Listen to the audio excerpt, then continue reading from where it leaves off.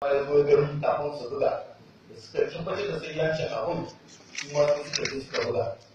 haka abin da ya faru da BBC su ma sai da suka zo suka gani wakilin su da ya zo ya gani ya tabbatar da gaske ne wakila tatun da nuna masa ba zai ɗauki labarin ba shi ne sai ya ɗauki labari ya yi hira da a kan abin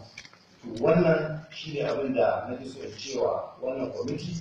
ina ƙara roƙo a gare su cewa su wannan aiki tsakanin da Allah duniya na gani wannan abu da shafa al'ummar jihar Kano kuma ba wai dan siyasa aka yi wannan abu ba idan dan siyasa ne jama'a ma ba su ga wato wannan videos na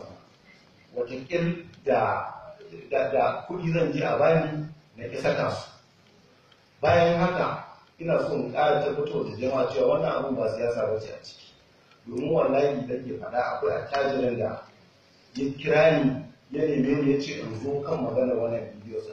da ya ga mun yi labari a kansu shi ma ya gani ya tabbatar da siyancin su ya ce to zai kai ni kasar waje da iyali na mu je mu zauna saboda kula da lafiya ta sai na ji daɗi can washe gari sai zo ce amma yau ba zan saki ba sai an gama canjin yan takara saboda idan ABC ta zama an gama canjin yan takara ta bari da za a canja gwamna sai na ce a'a wallahi ni ba dan siyasa ba dole wannan abun tun da aiki na nake na jini wane ne wannan misali wane ne wannan babu daɗi a tsoron asirin shi to ina so a bayanan da za ka gabatar da su ya abin da za mu iya sabsanti